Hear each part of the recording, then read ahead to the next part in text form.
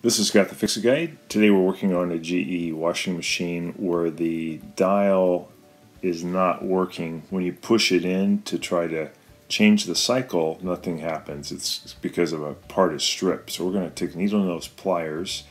We're going to pull out this little clip that holds on the front knob. It's the front knob that needs to be replaced, this piece.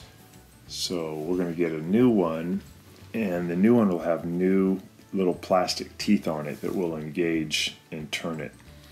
So if you have to take off this one, just pull it straight back, but this one typically will not need to be replaced.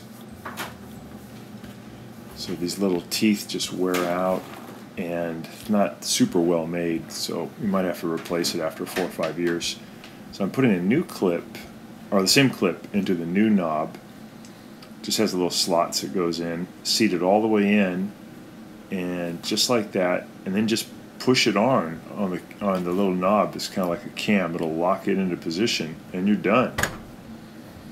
And then you'll be able to turn it. It'll engage, and you will have just